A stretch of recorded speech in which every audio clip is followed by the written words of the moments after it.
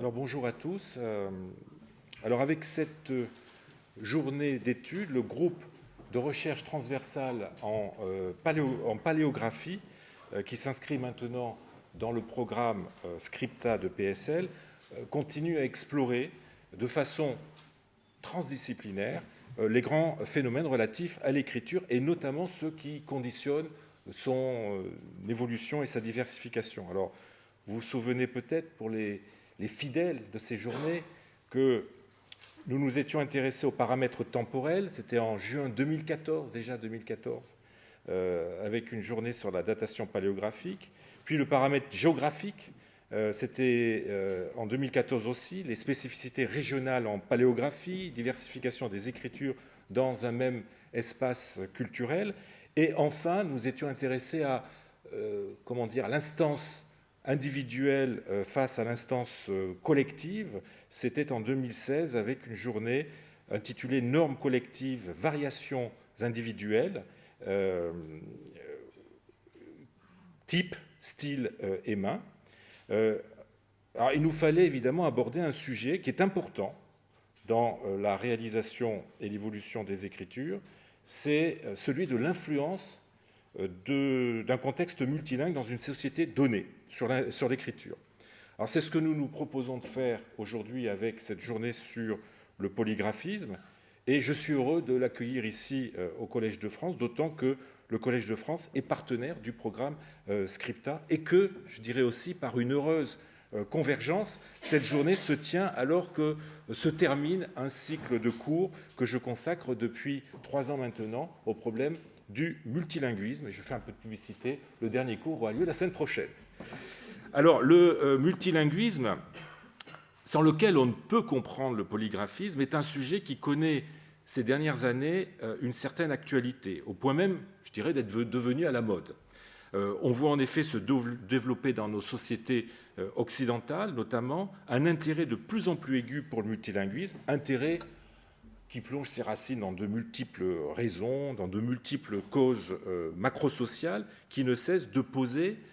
à nos sociétés des défis avec lesquels elles doivent composer. Et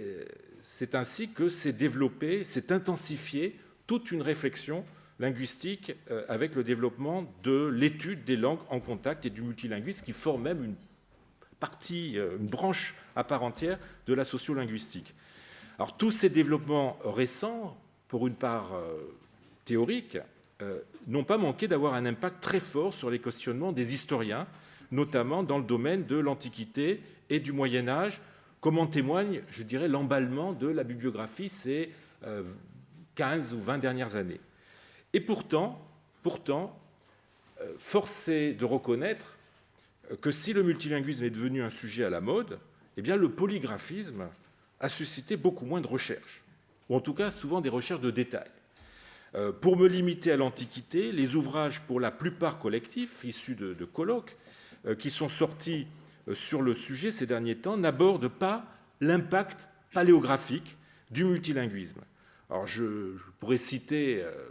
c'est surtout dans mon domaine, mais dans le domaine de l'Antiquité, on va dire en général, je pourrais citer l'ouvrage d'Adams, de Jans et de Swain, Bilingualism in Ancient Society, Language, Contact and the Written Word,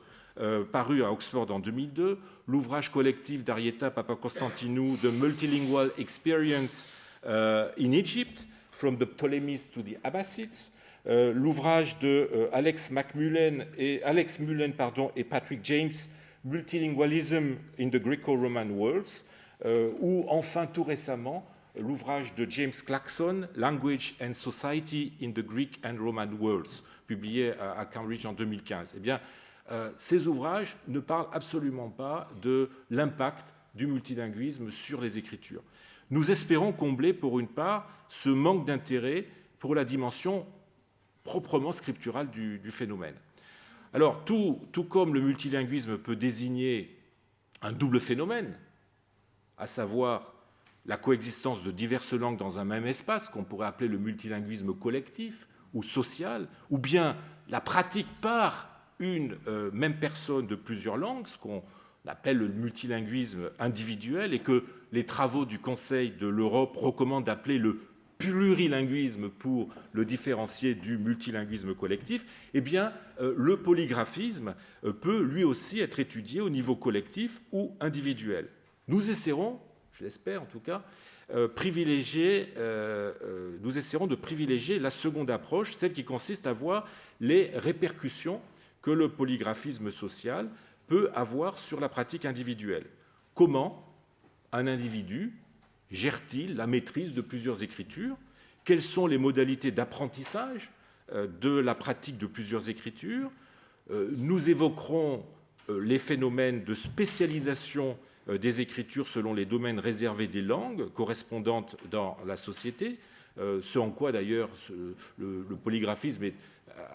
le pendant, je dirais, de la diglossie. Et nous étudierons évidemment les phénomènes d'interférence ou d'interaction qui se produisent entre des écritures diverses. Et comme les journées du groupe de recherche transversale en paléographie ont aussi une vocation méthodologique, nous n'oublierons pas, je l'espère, la dimension méthodologique du problème, notamment la question épineuse qui se pose à nous, modernes, qui travaillons sur des sources écrites anciennes dont les scripteurs, malheureusement, ne sont plus là pour éclairer notre lanterne. Comment parvient-on à détecter avec certitude que c'est bien la même personne qui a écrit plusieurs textes dans des écritures qui relèvent de systèmes graphiques complètement différents, complètement hétérogènes? Alors, pour examiner toutes ces questions, et comme cela est inscrit, je dirais, dans les gènes du groupe de recherche transversale en paléographie, eh bien, nous avons convié des spécialistes très divers, couvrant un large spectre chronologique, ça va du second millénaire avant jusqu'au début du XXe siècle, et couvrant surtout différentes aires géographiques et culturelles. Nous irons de l'Europe la plus occidentale, avec l'Angleterre, jusqu'à l'Asie, avec le Vietnam, en passant par le Proche-Orient méditerranéen. Voilà, alors je vais tout de suite passer, sans plus attendre, la parole au premier orateur, Pierre-Luc Angle, qui achève un doctorat en co-tutelle EPHE avec moi-même et l'Université d'Heidelberg avec Andreas Jordens, un doctorat sur le digraphisme grec démotique des scribes de l'Égypte hellénistique et romaine. Donc il est au cœur du sujet et il a mené une intense réflexion épistémologique sur le digraphisme, ou pour utiliser le terme de son titre, parce que je sais qu'il n'aime pas le terme de digraphisme, il nous expliquera pourquoi, la bilittératie. Eh bien, je suis certain que son intervention sera une excellente introduction propédeutique à notre journée, et c'est pour cela que je me dispense, disons, d'entrer dans des considérations plus théoriques pour l'introduire. Voilà, je lui passe la parole.